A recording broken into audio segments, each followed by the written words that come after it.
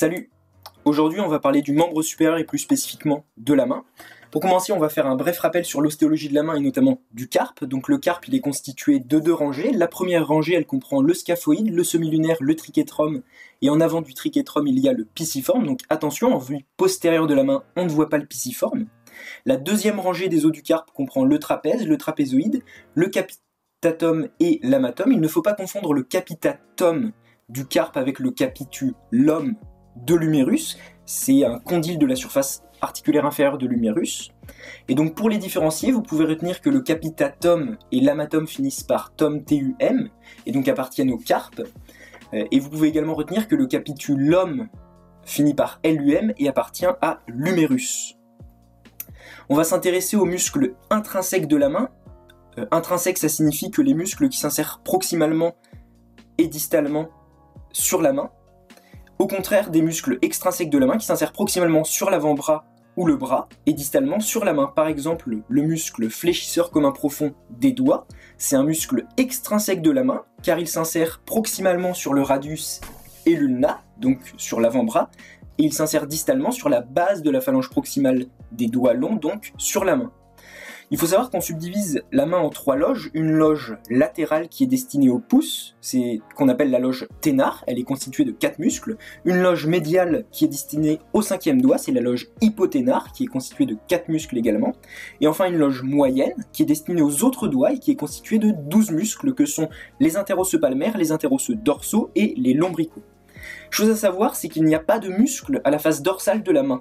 Les interosseux dorsaux, ils s'appellent dorsaux car ils sont en position plus dorsale par rapport aux interosseux palmaires, mais ils restent à la face ventrale de la main. Donc on va s'intéresser aux muscles de la loge ténar. Donc le plus profond, c'est le muscle adducteur du pouce. Il est constitué de deux faisceaux, un faisceau oblique supérieur et un faisceau transversal inférieur, qui s'insèrent proximalement sur la face antérolatérale du troisième métacarpien. Le tendon distal, lui, s'insère sur la base de la phalange proximale du pouce sur son versant médial, et ce tendon distal englobe le sésamoïde médial. A noter qu'il y a une arcade fibreuse entre les deux faisceaux de l'adducteur du pouce, et cet adducteur du pouce est innervé par le nerf ulnaire C8-T1. Deuxième muscle plus superficiel, c'est le court fléchisseur du pouce, il est constitué lui aussi de deux faisceaux. Un faisceau profond qui s'insère proximalement sur le trapèze et le trapézoïde et qui se dirige vers la face palmaire ou la face ventrale de la base de la phalange proximale du pouce et qui englobe cette fois-ci le sésamoïde latéral. Et ce faisceau, il est fléchisseur de la métacarpophalangienne du pouce et il est innervé lui aussi par le nerf ulnaire C8-T1. Et le tendon du long fléchisseur du pouce, qui est un muscle extrinsèque de la main, il passe dans le canal carpien et il passe à la face ventrale du faisceau profond du court fléchisseur du pouce, et ce tendon du long fléchisseur du pouce, il va séparer les deux faisceaux du court fléchisseur du pouce, le faisceau profond et le faisceau superficiel. Le faisceau superficiel du court fléchisseur du pouce, il s'insère sur le bord inférieur du rétinaculum des fléchisseurs, et son insertion distale est commune avec le faisceau profond, c'est-à-dire sur la base de la phalange proximale du pouce, mais ce faisceau superficiel, lui, il est innervé par le nerf médian, C6, C7, C8, T1. Un muscle encore plus superficiel que les deux précédents, c'est l'opposant du pouce. Il s'insère sur le trapèze, et il va s'enrouler sur le bord latéral du premier métacarpien, et il va s'insérer sur le bord latéral de ce premier métacarpien, et lui, il est innervé par le nerf médian. Et le dernier muscle de la loge ténar, c'est le plus superficiel, c'est le court abducteur du pouce. Il s'insère sur le trapèze et le scaphoïde, et il se termine par un tendon sur le bord latéral de la phalange proximale du pouce, et il est innervé par le nerf médian. Et donc 3 des 4 muscles de la loge ténar s'insèrent sur la base de la phalange proximale. Maintenant on va s'intéresser à la loge hypoténar destinée au cinquième doigt. En réalité, elle est constituée de 3 muscles. Le muscle qui n'est pas dans la loge, mais en fait, il est en avant de la loge, c'est-à-dire qu'il est plus superficiellement par rapport à cette loge, c'est un muscle possier qui s'insère sur le derme. C'est le muscle palmaire bref qui est innervé par le nerf ulnaire. Et donc, de la profondeur vers la superficie de la loge hypoténar, on va retrouver l'opposant du cinquième doigt qui s'insère sur l'amatum et qui va s'enrouler médialement autour de la diaphyse du cinquième métacarpien et il va être innervé par le nerf ulnaire. Le court fléchisseur du cinquième doigt, il est plus superficiel par rapport à l'opposant du cinquième doigt.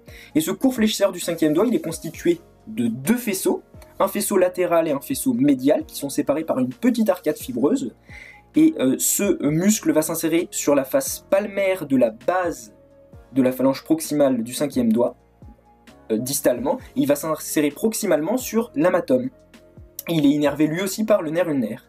Et enfin, le dernier muscle de cette loge hypoténare, c'est l'abducteur du cinquième doigt. Il s'insère sur l'amatome et le trichétrum, et il va se terminer sur le bord latéral de la base de la phalange proximale du cinquième doigt. Et il est lui aussi innervé par le nerf ulnaire C8T1. Et donc tous les muscles de la loge hypoténare sont innervés par le nerf ulnaire. Maintenant on va parler de vascularisation et d'innervation.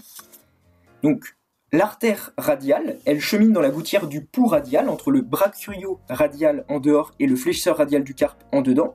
Et cette artère, elle va se diviser en deux branches, une branche dorsale qu'on considère comme étant le prolongement de l'artère radiale, et une branche ventrale qui passe sous l'insertion proximale du court abducteur du pouce. Et la branche dorsale de l'artère radiale, elle redevient palmaire en passant au sommet de la première commissure. Le nerf ulnaire, lui, ne passe pas dans le canal carpien, mais il passe en avant du canal carpien, dans la loge ulnaire décrite par Guyon. Et pour rappel, le canal carpien il est constitué par le rétinaculum des fléchisseurs en avant et par le squelette carpien en arrière.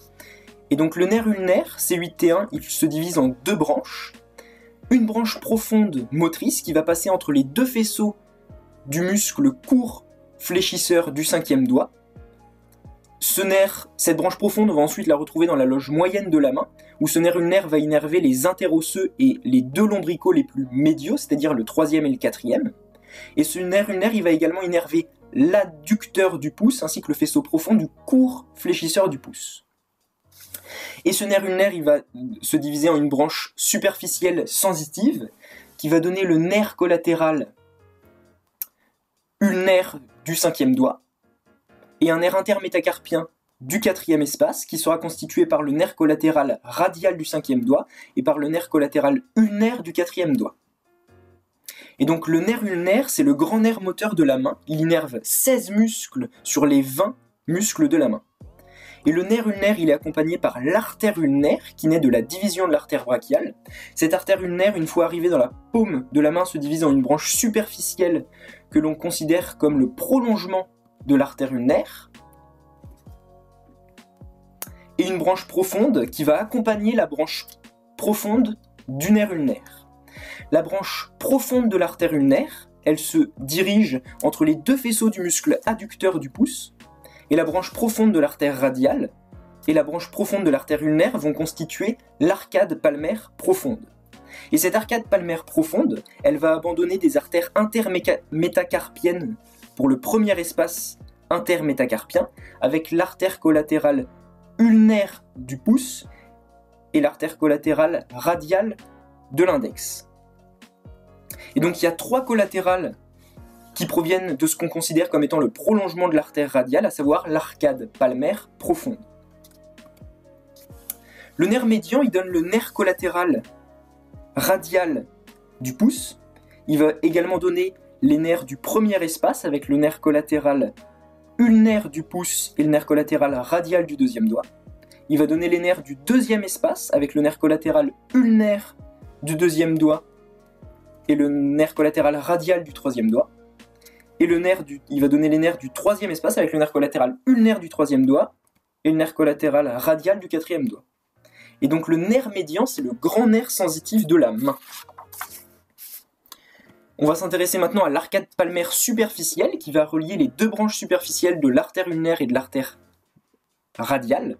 L'arcade palmaire superficielle, elle abandonne des artères intermétacarpiennes du deuxième espace qui vont donner les artères collatérales ulnaires du deuxième doigt et radiales du troisième doigt, mais aussi les artères intermétacarpiennes du troisième espace qui vont donner les artères collatérales ulnaires du troisième doigt et radiales du quatrième doigt, et les artères intermétacarpiennes du 4e espace, qui vont donner les artères collatérales ulnaires du 4e doigt et radiales du 5e doigt.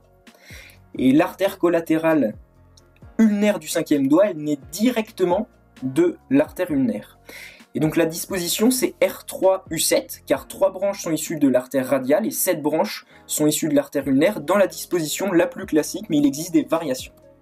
Donc ça, c'est un schéma qui différencie bien les différentes branches issues des nerfs médians et des nerfs ulnaires, et les différentes branches issues de l'arcade palmaire profonde et de l'arcade palmaire superficielle. Et pour finir, on va parler des rapports entre les différents éléments de la main. Si on part de la profondeur vers la superficie, on va retrouver l'arcade palmaire profonde. Puis plus superficiellement, on va retrouver les tendons du fléchisseur commun profond des doigts. Encore plus superficiellement, on va retrouver le nerf médian. Et enfin, en superficie, on va retrouver l'arcade palmaire superficielle. Donc voilà, c'est fini. J'espère que cette vidéo vous aura été utile et bon courage pour la suite.